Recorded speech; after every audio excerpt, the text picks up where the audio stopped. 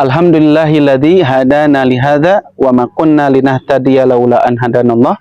Asyhadu an la ilaha illallah wahdahu la syarikalah wa asyhadu anna Muhammadan abduhu wa rasuluh, amma ba'du. Sahabat-sahabat yang dimuliakan Allah Subhanahu wa taala, alhamdulillah bertemu kembali dalam program RKI, Ruang Konsultasi Islam. Hari ini kita akan membahas pertanyaan dari jamaah sekalian. Pertanyaannya, Pak Ustadz, bagaimana hukum kultum atau tausiah sebelum sholat tarawih yang biasa diadakan di masjid-masjid? Apakah itu termasuk bid'ah atau diperbolehkan? Mohon penjelasannya. Sahabat-sahabat sekalian yang dimuliakan Allah Subhanahu wa taala, kalau kita lihat di masjid-masjid kita, seringkali sebelum sholat tarawih suka ada kultum, kuliah 7 menit atau tausiah sekitar 7 menit sampai 15 menit. Apakah itu perkara bid'ah yang dilarang, perkara baru yang Nabi katakan? Rasulullah pernah bersabda, kullu bid'atin dolalah wa kullu dolalatin finnar. Setiap bid'ah, perkara yang baru diada-adakan dalam urusan agama adalah sesat, dan setiap yang sesat adalah neraka.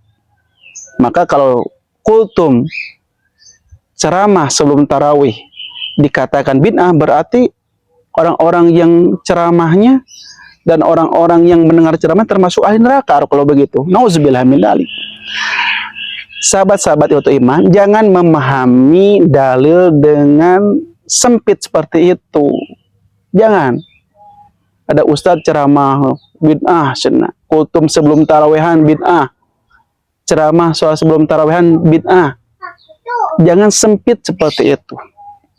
Ya, karena kalau kita lihat bahwa kultum atau ceramah belum sholat tarawih itu bukan perkara bid'ah, itu bukan perkara yang dilarang, tapi itu termasuk dalam kategori tazkiroh, pengingat dan ilmu yang bermanfaat yang dianjurkan dalam Islam. Disebutkan dalam hadis bahwa Rasulullah dan malaikat Jibril selalu tadarus Al-Quran fi kulli lailatin min Ramadan, setiap malam Ramadan. Dalam artian, tadarus di sini bukan hanya membaca Al-Quran, kita mentadaburi Al-Quran, kita mengkaji Quran hadis, kita sampaikan di depan umat saat sebelum sholat tarawih. Itu termasuk perkara yang sangat dianjurkan. Yang kedua, memanfaatkan momen saat orang-orang berkumpul, memanfaatkan momen saat orang-orang hadir di masjid. Untuk mengumpulkan orang hadir di masjid, terutama orang-orang yang awam, yang jarang ngaji, itu sangat sulit. Tapi ketika sholat tarawih, orang-orang yang awam pun ikut tarawihan. Itulah momen terbaik untuk kita menyampaikan kultum, untuk kita menyampaikan tazkirah, untuk kita menyampaikan tausiah. Cuman dengan catatan, nih, dengan catatan, jangan dianggap sebagai rangkaian sholat tarawih. Jangan dianggap satu keharusan yang harus ada sebelum tarawih. Jangan. Seandainya nanti kultum tarawih nggak ada, ya nggak apa-apa. Mau ada silakan, mau nggak ada pun silakan. Diperbolehkan dua-duanya. Ya kalau ada, berarti ada tambahan thalabul ilminya sebelum sholat tarawih. Ada tambahan kajian ilmunya, sehingga bisa menyebabkan orang semakin dekat dengan Allah Subhanahu wa taala. Kalau tidak ada pun, itu tidak apa-apa, karena bukan rangkaian dari sholat tarawih. Jadi, yang dikhawatirkan itu ada pemahaman dari masyarakat awam bahwa sebelum tarawih kudu ceramah heula tah. Bukan itu. Tetapi sholat tarawih berdiri sendiri, tausiah, kultum berdiri sendiri. Tidak ada kaitannya dengan sholat tarawih. Cuman memang memanfaatkan momen orang-orang berkumpul saat sholat tarawih. Dalilnya kita lihat dalam Al-Quran. Alasan yang membolehkan yang pertama, bahwa memberi pelajaran atau tausiah atau kultum sebut tarawih itu termasuk kategori tazkiroh, mengingatkan sesama muslim, mengingatkan, mumpang kumpul ya jelema, ayo orang ingatkan supaya istiqomah tarawih nak, supaya semakin kuat hatinya. Maka dalil yang pertama bahwa kultum atau tausiah sebelum sholat tarawih bukan rangkaian dari ibadah tarawihnya, tapi merupakan pengingat yang Allah firmankan dalam Al-Quran surah Az-Zariyat ayat 55. Allah berfirman, wa dzakir fa inna dzikra tanfa'ul mu'minin. Kata Allah, dan tetaplah memberikan peringatan, karena sungguh peringatan itu bermanfaat bagi orang-orang yang beriman.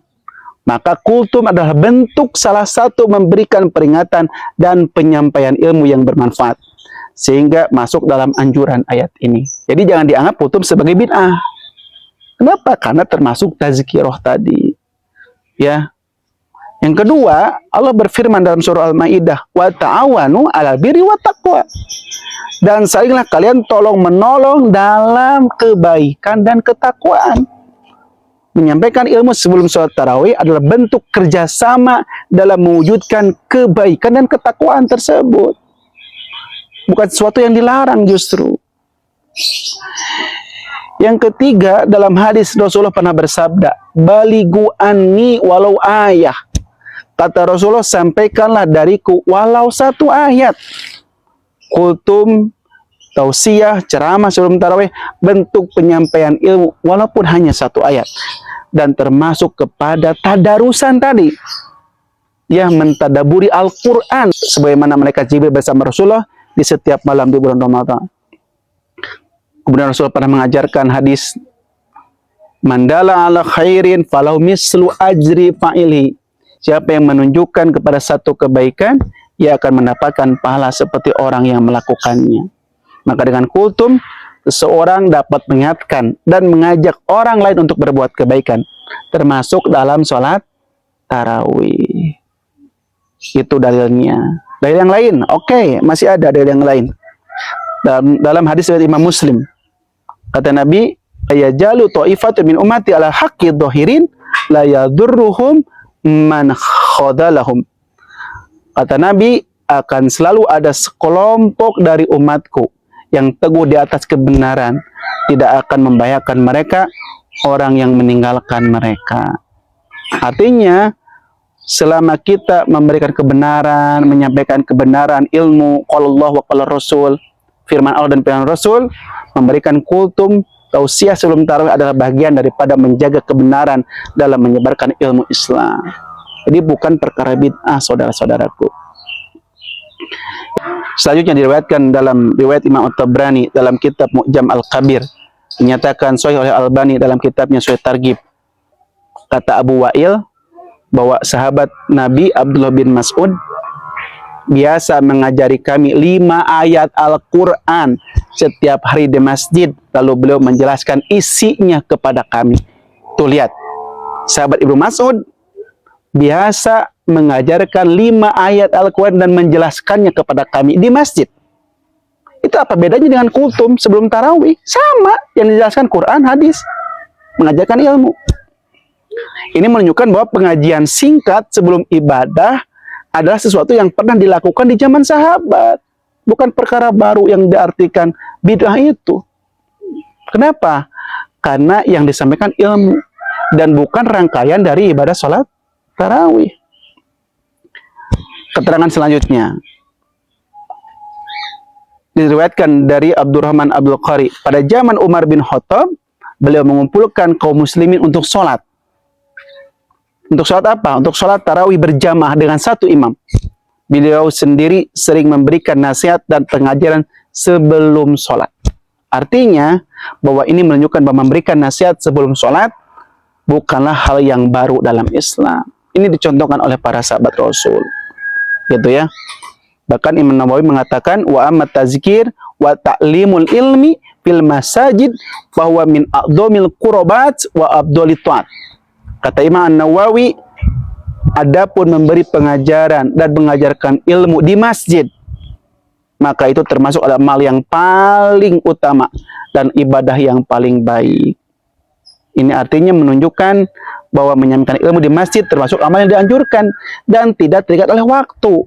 Mau sebelum taraweh, mau setelah taraweh, mau di bulan Ramadan, mau di luar bulan Ramadan, kapanpun, selama yang disampaikannya ilmu, itu dianjurkan. termasuk di bulan Ramadan. Gitu. Syekh Utsaimin pernah berkata, muhadaratul qabla shalah idza kanat fil ilmi fala ba'sa biha bal hiya matlubatun wa mandubatun. Memberikan ceramah sebelum sholat jika itu terkait dengan ilmu agama, maka tidak mengapa, bahkan hal itu dianjurkan dan termasuk amalan yang baik. Dalam kitab Majmu' Fatawa wa Rasail Ibnu Utsaimin, ini memperkuat bahwa kultum sebelum sholat tarawih adalah sesuatu yang baik dan dianjurkan. Dengan catatan tadi, jangan dianggap sesuatu yang harus selalu ada. Yang kedua, jangan dianggap sebagai bagian dari sholat tarawih. Yang ketiga, ini merupakan bagian daripada thalabul ilmu. Ya. Terus ada yang beranggapan seperti ini. Cuman di Indonesia. Nah, ini nih. Cuman di Indonesia satu-satunya yang tarawih harus ada kultum heula. Cuman di Indonesia satu-satunya yang tarawih harus ada kultum dulu. Di Arab nggak ada, di Mesir nggak ada, di negara Timur Tengah nggak ada. Cuma di Indonesia satu-satunya, ini bid'ah nih. Jangan sempit seperti itu, saudaraku. Waktu iman rahimakumullah. Di Indonesia itu bukan harus ada. Nggak ada yang satupun ulama yang mengatakan harus ada, nggak ada. Tapi para ulama sepakat bahwa memberi ilmu harus ada. Kapanpun, dimanapun, saat apapun. Kenapa banyak yang beranggapan boleh kultum sebelum sholat tarawih? Karena memanfaatkan orang-orang sedang berkumpul di masjid. Dan banyak orang awam yang hadir di masjid itu yang perlu kita ingatkan supaya dia istiqomah dalam ibadahnya. Yang jadi masalah tadi, jangan menganggap suatu keharusan harus ada. Jangan beranggapan sebagai salah satu rangkaian ibadah tarawih. Jangan beranggapan sesuatu yang memang harus selalu diiringi sebelum sholat tarawih. Tidak ada dalilnya. Mau ada kultum silakan, nggak ada pun nggak jadi apa-apa. Jadi jangan berpikiran sempit. Intinya dalil dari Al-Quran dan hadis dan contoh dari para sahabat membolehkan kita menyampaikan ilmu sebelum sholat ataupun setelah sholat. Jadi sekali lagi bahwa kultum atau tausiah sebelum tarawih adalah bukan bagian dari tarawihnya, tapi merupakan bagian dari tazkirah, mengajarkan ilmu, mengingatkan ilmu, dan saling tadarus Al-Quran di bulan Ramadan. Demikian, terima kasih atas perhatiannya. Mudah-mudahan bermanfaat. Aku qouli hadza wa astaghfirullahi wa lakum. Assalamualaikum warahmatullahi wabarakatuh.